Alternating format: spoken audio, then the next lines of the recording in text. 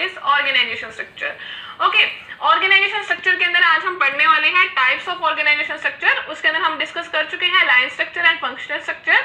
आज के इस लेसन में हम डिस्कस करेंगे लाइन एंड स्टाफ स्ट्रक्चर के बारे में। Let's have a look please. Line and staff organisation structure. Firstly आपको पता होना चाहिए जो line and staff organisation structure कौन सी ऑर्गेनाइजेशन में यूज होता है। लार्ज ऑर्गेनाइजेशन के अंदर हम यूज करते हैं line and staff organisation structure को। ओके, ये जो ऑर्गेनाइजेशन है इन ऑर्गेनाइजेशन में डायरेक्ट एंड वर्टिकल रिलेशनशिप होता है between the different level and also the specialist responsible for the advising and assisting the line manager. Okay, line and staff organisation structure के अंदर की जो भी ऑर्गेनाइजेशंस होती हैं उनमें किस टाइप का रिलेशनशिप होता है, वर्टिकल और डायरेक्ट रिलेशनशिप होता है डिफरेंट लेवल के ऊपर। और जो स्पेशलिस्ट होते हैं ना, वो क्या करते हैं, एडवाइस देते हैं एंड असिस्ट करते हैं किसको, लाइन मैनेजर को। और जो ये ऑर्गेनाइजेशन है have both the line and staff department. जो ये ऑर्गेनाइजेशन है इनके दोनों डिपार्टमेंट्स होते हैं, लाइन भी और स्टाफ भी। स्टाफ डिपार्टमेंट क्या करते हैं, वो प्रोवाइड करते हैं line people with the advice and assistance in specialisation area, for example quality control, advising the production department. Okay, अब हम डेफिनेशन देखते हैं line and staff organisation structure की। इसमें क्लियर हो गया जो line and staff organisation structure में large organisation line and staff organisation structure को फॉलो करती हैं और इन ऑर्गेनाइजेशन में डायरेक्ट और वर्टिकल रिलेशनशिप होता है डिफरेंट लेवल्स में। और ये स्पेशलिस्ट रिस्पॉन्सिबल किस लिए होती है, for advising and assisting the line manager. Okay, और जो ये ऑर्गेनाइजेशन है इनमें दोनों डिपार्टमेंट्स होते हैं, लाइन एंड स्टाफ डिपार्टमेंट। और स्टाफ डिपार्टमेंट प्रोवाइड करता है लाइन पीपल को with advice and assisting in the specialisation area, for example quality control, advising the production department. अब हमने डेफिनेशन देखी अकॉर्डिंग टू लाउंस एयरलाइन। उन्होंने क्या बताया है कि लाइन का मतलब क्या है। Line refer to those positions and the elements of an organisation which have responsibility and the authority and are accountable for the accomplishment of the primary objective. Line का मतलब होता है ऐसी पोजीशन और एक ऐसी एलिमेंट ऑर्गेनाइजेशन के अंदर जो इनके पास रिस्पॉन्सिबिलिटी है, अथॉरिटी है, अकाउंटेबल है, जो कि ऑर्गेनाइजेशन के ऑब्जेक्टिव्स को अचीव करने के लिए। स्टाफ एलिमेंट कौन से होते हैं, staff element are those which have the responsibility and authority for providing the advice, okay, and service to the line in attainment of the objectives, that is called the staff. Line clear हो गया। Line का मतलब those position and element of an organisation which have the responsibility, authority and accountable for accomplishment of the primary objective. Staff element are those which have the responsibility and the authority for providing the advice and services to the line in the attainment of the objective. That is called the line and staff organization structure. Means features क्या क्या है, line and staff के अंदर एक direct और vertical relationship होता है different level के अंदर। और जो स्टाफ स्पेशलिस्ट होते हैं वो रिस्पॉन्सिबल होते हैं किसके लिए, एडवाइस देने के लिए एंड असिस्ट करने के लिए लाइन मैनेजर और ऑफिसर्स को in the specialised area. And किस टाइप के होते हैं ये जो टाइप्स ऑफ स्पेशलाइज्ड स्टाफ, कितने टाइप्स का होता है, first is the advisory, second is the service and third is the control. ठीक है, क्लियर होगी लाइन एंड स्टाफ ऑर्गेनाइजेशन के बारे में बातें। फर्स्ट, ये लार्ज ऑर्गेनाइजेशन में यूज किया जाता है और इनके अंदर डायरेक्ट और वर्टिकल रिलेशनशिप होता है डिफरेंट लेवल के ऊपर।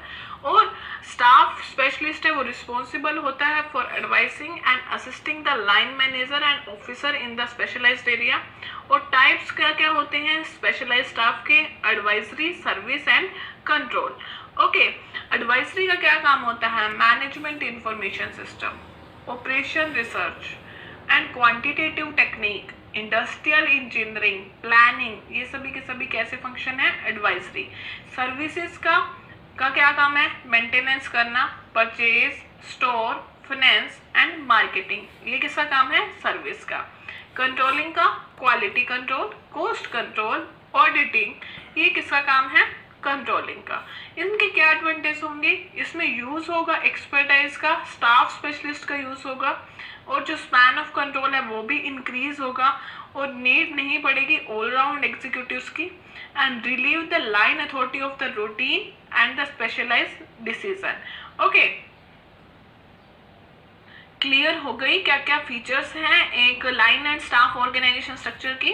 Line and staff organisation structure के अंदर डायरेक्ट वर्टिकल रिलेशनशिप होता है डिफरेंट डिफरेंट लेवल के ऊपर, और जो स्टाफ स्पेशलिस्ट हैं वो रिस्पॉन्सिबल होते हैं एडवाइस देने के लिए और असिस्ट करते हैं लाइन मैनेजर को। और कितने टाइप्स के होते हैं specialise staff? First is the advisory, जो स्पेशलाइज स्टाफ का क्या काम होगा? एडवाइस भी देंगे, सर्विसेज भी प्रोवाइड करेंगे और कंट्रोल भी करेंगे। एडवाइस में क्या करेंगे? एडवाइजरी में इंक्लूड होगा management information system, operation research, quantitative technique, industrial engineering and the planning. Services में maintenance, purchase, store, finance and the marketing. And controlling में क्वालिटी को कंट्रोल करेंगे, cost control and the auditing. इनके use क्या होंगे? Advantage क्या है? Use होगा एक्सपर्टाइज का of the staff specialist, span of control भी इंक्रीज होगा and relieve the line authority of the routine and the specialised decision, और कोई जरूरत नहीं पड़ेगी ऑलराउंड एग्जीक्यूटिव्स की। एडवांटेज क्या है इसके line and staff organisation structure के? इससे क्या होगा कि जो एग्जीक्यूटिव्स के ऊपर बर्डन है वो कम होगा और सर्विस मिलेगी हमारे को किसके? जो एक्सपर्ट्स अवेलेबल होंगे उनके। और जो लाइन मैनेजर को, क्योंकि स्टाफ है वो हमेशा असिस्ट करेगा, एडवाइस देगा, तो उनके ऊपर लिमिटेड टेंशन होगी, टेंशन उनके ऊपर ज़्यादा नहीं होगी लाइन मैनेजर के ऊपर भी। और बेनिफिट होगा स्पेशलाइजेशन का, ट्रेनिंग अपॉर्चुनिटी प्रोवाइड होगी एम्प्लॉयज़ को, फ्लेक्सिबिलिटी मिलेगी। ओके, एंड जो कमेटी डिसीजन जो बेटर होंगे then the individual decision, because इसमें लाइन और स्टाफ दोनों कंबाइन होकर डिसीजन लेंगे, तो कमेटी के जो डिसीजन है वो बेटर होंगे rather than the individual decision. Better interaction होगा किसके बीच में? कमेटी मेंबर्स के बीच में, और वो क्या करेगा? कोऑर्डिनेशन मेंटेन कर रखेगा एक्टिविटीज में, और कमेटी मेंबर मोटिवेट करेंगे कि वो पार्टिसिपेट करें ग्रुप के अंदर के डिसीजन लेने के लिए। एंड ग्रुप डिस्कशन है वो किसको क्रिएट करता है? क्रिएटिव थिंकिंग को क्रिएट करता है। ओके, लिमिटेशन क्या क्या है इसकी line and staff organisation structure की? इसमें डिसीजन है डिले होगा, बिकॉज सभी कमेटी बनाई हुई है उसमें डिस्कशन करेंगे, इंडिविजुअल तो डिसीजन ले नहीं सकता, तो डिसीजन में डिले होगा। Work passing among the executive, conflict होगा लाइन एंड स्टाफ एग्जीक्यूटिव के अंदर। कॉस्टली ऑर्गेनाइजेशन है ये, कॉम्प्लिकेटेड है ऑपरेशन के अंदर, डिसिप्लिन से अफेक्ट होगा। ये इसकी लिमिटेशन है कि कॉन्फ्लिक्ट हो जाएगा लाइन एंड स्टाफ के अंदर। स्टाफ ऑफिसर में resent there lack of the authority, जो स्टाफ ऑफिसर हैं वो क्या करेंगे? रिसेंट करेंगे lack of the authority. Coordination maintain करना लाइन एंड स्टाफ के अंदर वो डिफिकल्ट हो जाएगा। और जो कमेटी ऑर्गेनाइजेशन स्ट्रक्चर की क्या फीचर है कि वो formed for the managing certain problem, और ये क्या होगा? टेम्परेरी डिसीजन होगा। ये लिमिटेशन हो सकती है। अब हम बात करते हैं कि कॉन्फ्लिक्ट किस रीजन से होता है। लाइन एंड स्टाफ, जो स्टाफ है line and staff organisation structure के अंदर, जो आर्ग्यूमेंट है वो क्यों होता है? लाइन एग्जीक्यूटिव किस लिए अगेंस्ट होते हैं स्टाफ के? बिकॉज प्रैक्टिकल नॉलेज कम है, ह्यूमन स्किल्स की कमी है, स्ट्रेस है पेपर वर्क का, एंड न्यू प्लान और आइडिया को एक्सप्लेन करने में रेजिस्टेंस है। Inadequate support formal line executive, proper support नहीं मिल रहा फॉर्म लाइन एग्जीक्यूटिव्स को, एंड लिमिटेड कोऑपरेशन है फ्रॉम द लाइन एग्जीक्यूटिव। तब उनके क्या होंगे? लड़ाई होगी किस किस के बीच में? लाइन और स्टाफ के बीच में। अब पढ़ते हैं कि हम किस वे से उनको सॉल्यूशन क्या है कि जिससे कि हम उनके जो कॉन्फ्लिक्ट हैं वो सोल्व कर सके।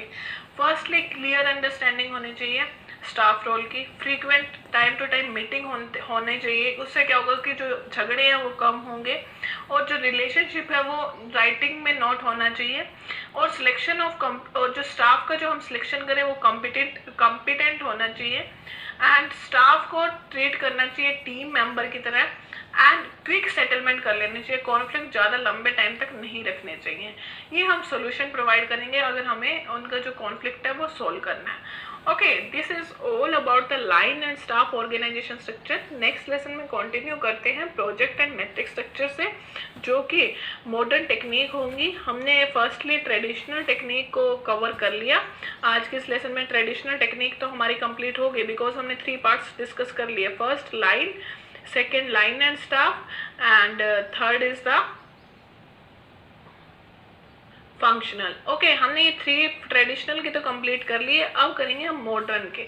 ओके, मॉडर्न के लिए हम नेक्स्ट में डिस्कस करेंगे, and please rate, review and share my lesson and also follow my profile. अगर प्रोफाइल फॉलो कर लोगे तो जैसे ही नया लेक्चर अपलोड होगा तो आपको नोटिफिकेशन मिल जाएगी।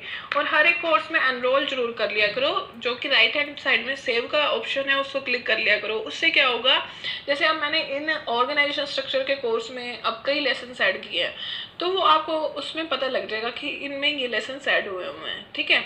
इसलिए और इसमें